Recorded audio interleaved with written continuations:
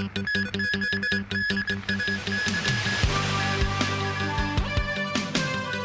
National People's Congress opens its annual meeting with Premier Li Qiang delivers his government work report. A fatal incident at Caritas Medical Center involving a 75-year-old male patient. And Donald Trump speaks before a joint session of Congress, vowing to press ahead on reshaping America.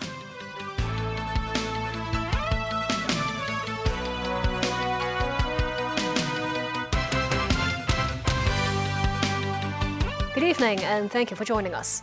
The National People's Congress opened its annual meeting in Beijing today, as Premier Li Qiang delivered his government work report. He said China's GDP growth target is about 5%. There are also plans to issue 1.3 trillion yuan of ultra-long special treasury bonds this year. The annual meeting of the National People's Congress was held in the Great Hall of the People in Beijing, with President Xi Jinping in attendance. In his agenda-setting annual address, Premier Li Qiang delivered his 32-page government work report. He said the basket of policies unveiled earlier propelled China's GDP to grow by 5% to 134.9 trillion yuan last year, which Li said was a hard-won achievement.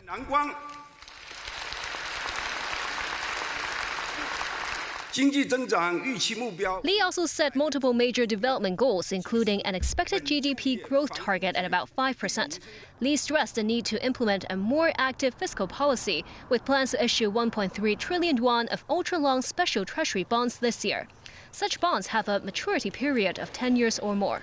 This year, 4.4 trillion yuan of local government special purpose bonds will be issued. It will be used to invest in construction projects, digesting the arrears of local governments to enterprises.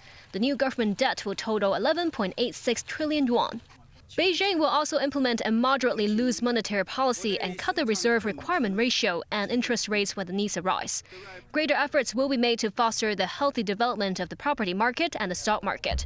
They include minimizing the debt default risk among real estate enterprises. To boost domestic demand, 300 billion yuan worth of ultra-long-term special treasury bonds will be dedicated to the trade-in of consumer goods. National leave or holiday framework will be improved to boost more domestic consumption as well. Li said the government will ramp up funds earmarked for development needs amid economically tighter times, with more focus on benefiting people's livelihood. For the first time, the premier mentioned in the work report that China will rectify neijuan, which is the excessively cutthroat and self-defeating competition in which enterprises are forced to invest more without yielding proportional gains. To combat neijuan-driven competition, Li said the government will roll out policies to bolster development of private Chinese companies. On Hong Kong and Macau, Premier Li Qiang said it is important to firmly implement the one country, two systems principle while supporting the two SAR's economy and livelihood. On Taiwan, the premier stressed the importance of the one China principle and Beijing's staunch opposition to Taiwan independence. Hong Kong Chief Executive John Lee was seated next to Macau Chief Executive Sham Ho Fai at the rostrum. Premier Lee said the government supports Hong Kong and Macau in their effort to deepen international cooperation and raise the innovation level of the Greater Bay Area.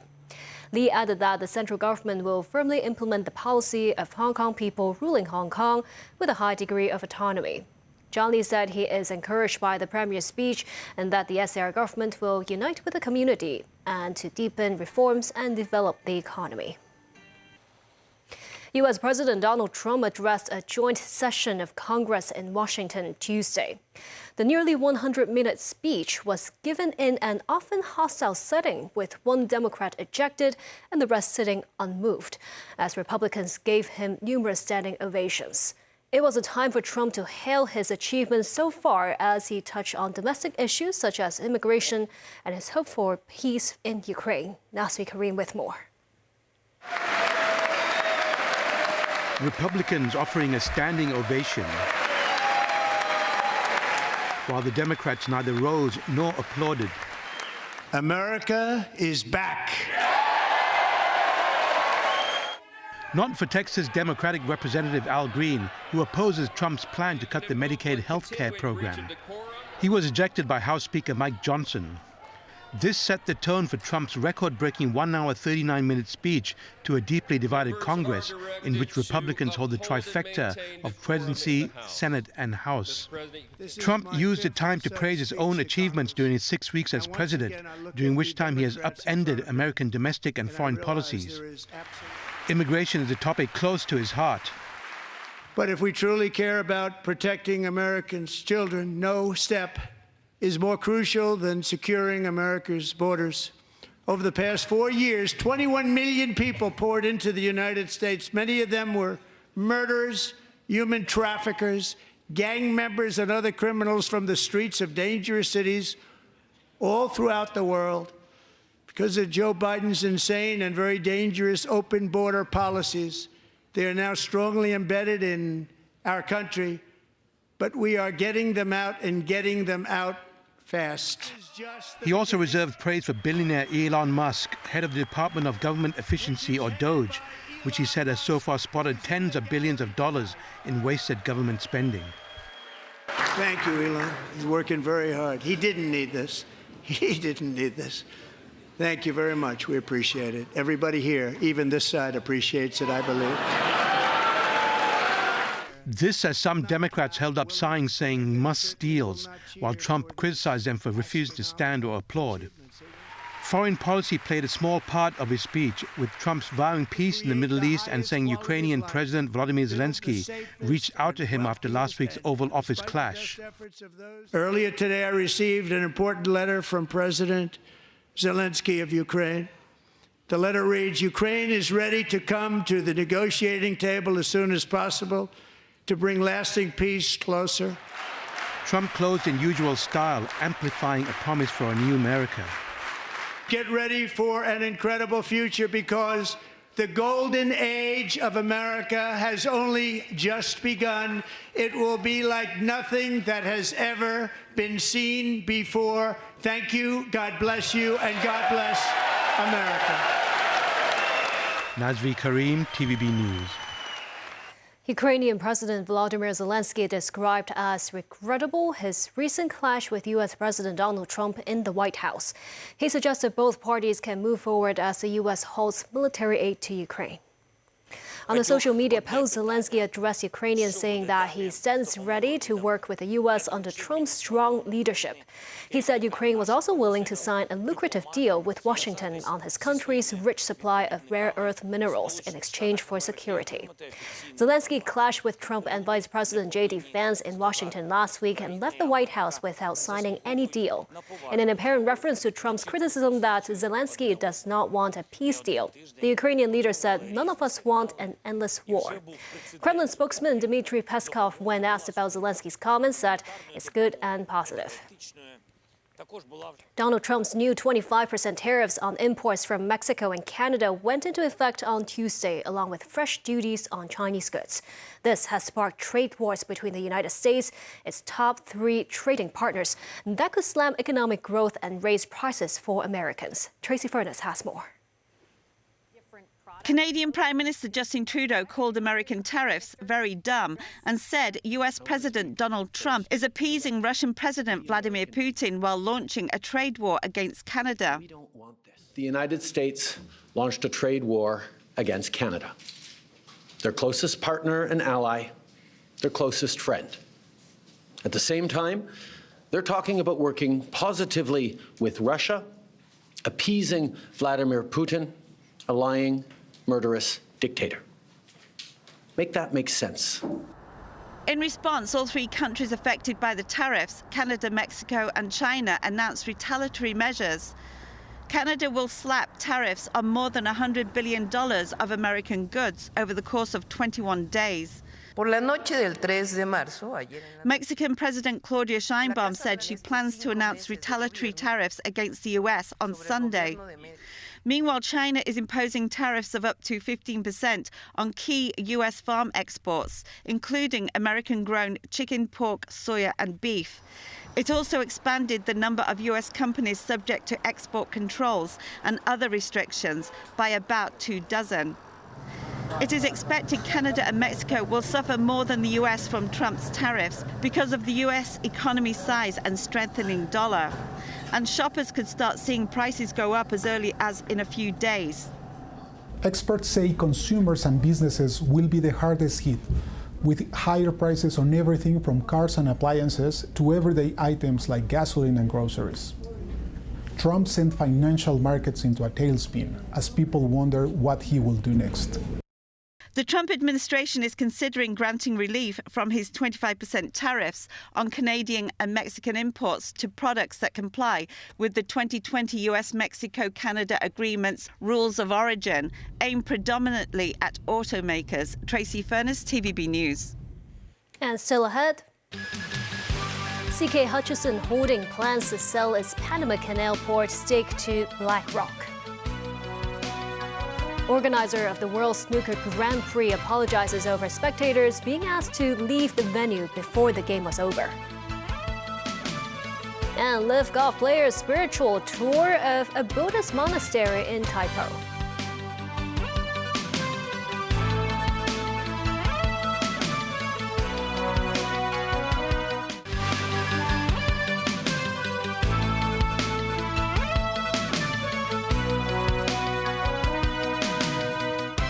Welcome back. A Hong Kong-based conglomerate has agreed to sell its controlling stake in a subsidiary that operates ports near the Panama Canal to a consortium, including New York-based BlackRock Inc. This effectively puts the canal under U.S. control. Daniel Rao tells us more. In a filing, CK Hutchison Holdings said it would sell all shares in Hutchison Port Holdings and in Hutchison Port Group Holdings to the consortium in a deal valued at nearly $23 billion, including $5 billion in debt. The deal would give the BlackRock consortium control over 43 ports in 23 countries, including the ports of Balboa and Cristobal, located at either end of the Panama Canal. Other ports are in Mexico, the Netherlands, Egypt, Australia, Pakistan, and elsewhere. The transaction, which must be approved by Panama's government, does not include any interest in a trust that operates ports in Hong Kong, Shenzhen and South China, or any other ports in China. Some 70% of the sea traffic that crosses the Panama Canal leaves or goes to US ports. The US built the canal in the early 1900s as it looked for ways to facilitate the transit of commercial and military vessels between its coasts. Washington relinquished control of the waterway to Panama on December 31, 1999, under a treaty signed in 1977 by President Jimmy Carter. US President Donald Trump has claimed that Carter foolishly gave the canal away. Trump and his supporters have also complained about the fees ships are charged to use the waterway and alleged China has been operating the canal. That assertion has been denied by Panama's government. Still, Trump heralded the consortium's acquisition as a US victory.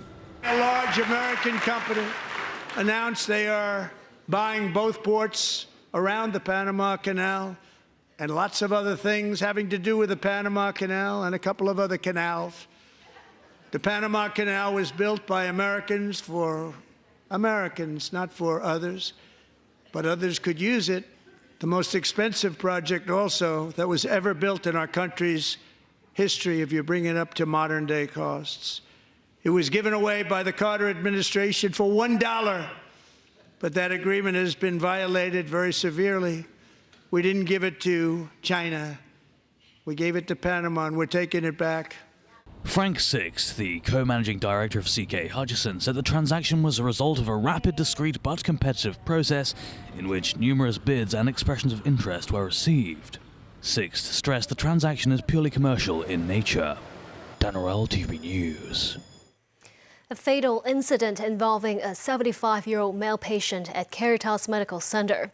He could only consume liquid food but choked to death after allegedly being fed the wrong type of food. Samantha Lee reports. The 75-year-old male patient had a history of high blood pressure and dementia and had to consume minced meals since last year. He started consuming congee-like food last month. Last Friday, the patient was admitted to hospital for bloating and constipation. He was initially forbidden to eat and received intravenous injection. As his condition improved, the doctors in charge wrote DAT, which stands for Diet as Tolerated, on his medical board. However, a nurse misunderstood and thought that the patient could consume regular meals. As a nursing student fed him, the patient started to cough and could not breathe. Despite immediate resuscitation, the patient's breathing and heartbeat stopped. Food remains were found in his throat. Representatives of Cantonese Medical Center apologized for the incident and said the nurse and the nursing student are currently on leave. Dr. Gladys Kwan Wai-man, hospital chief executive of Cantonese Medical Center, said the student nurse fed the patient bite by bite, while trying to see if the patient could chew and swallow. She also believes there was a miscommunication between doctors and nurses responsible for the case. Dr. Chen Wai-man, a hospital authority chief manager in patient safety and risk management, said authorities will enhance communication with frontline staff. The goal is to make sure there is clear communication when handing over the care of patients. He added staff members will be reminded to double-check the meal arrangement before feeding. An investigation panel is expected to submit a report in 8 weeks. Samantha Lee, TVB News. At the World Snooker Grand Prix held at Kai-Tak Sports Park last night, some spectators were asked to leave the venue when the games were still being played.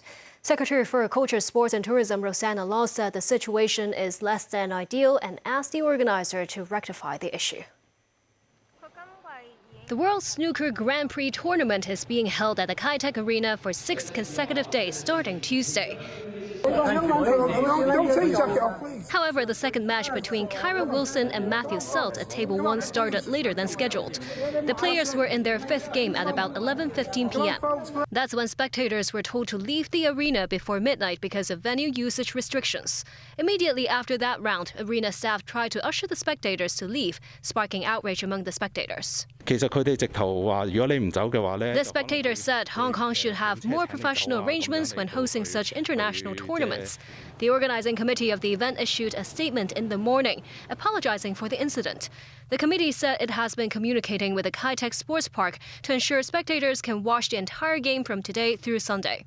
As compensation, ticket holders of the evening session on March 4th can redeem equal value tickets for Wednesday and Thursday with a ticket stub. But a spectator said there should be a refund mechanism as some people had bought tickets for many sessions of the tournament. Some spectators said they will file complaints with the Consumer Council. The government has instructed the organizer to ensure spectators can watch the entire matches and, if necessary, arrange transportation for attendees after late-night games. This situation is obviously not ideal, and we definitely need to take into account the experience seriously and identify remedial measures. The Kai-Tak Sports Park said in the event of late-night tournaments, overnight buses to Mongkok will be available. The LIV Golf Tournament will be held at the Fanling Golf Course from Friday to Sunday. Scott O'Neill, CEO of LIV Golf, said Hong Kong has a world-class golf course and the tournament can help promote the city in attracting more tourists. The 3-day event features 54 players from around the globe with a total prize money of around 194 million Hong Kong dollars. Some star players were invited to visit a local monastery to experience Chinese culture ahead of the tournament. Zakaria Passmore.